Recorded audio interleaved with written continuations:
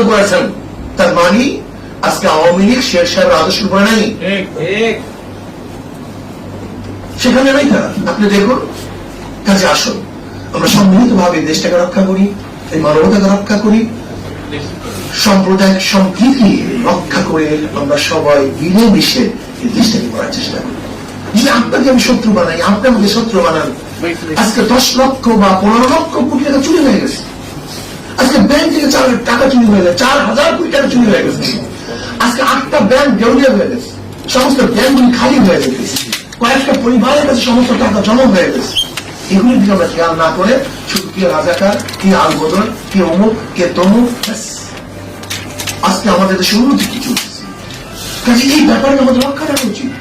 আসুন, যে স্বাধীনতা কেন হয়েছিল, কেন মুক্তিযুদ্ধ করেছিলাম, আমরা পেয়েছি না, সে আমাদের মুক্তিযুদ্ধের উদ্দেশ্য, সেটা বাস্তবে আল্লাহ পাক আমাদেরকে আমার ভোটের অধিকার, নাগরিক অধিকার, মর্যাদা সবকিছু রক্ষা করার তৌফিক আল্লাহ পাক আমাকেও দান করেন, আমাদের সবাইকে দান করেন।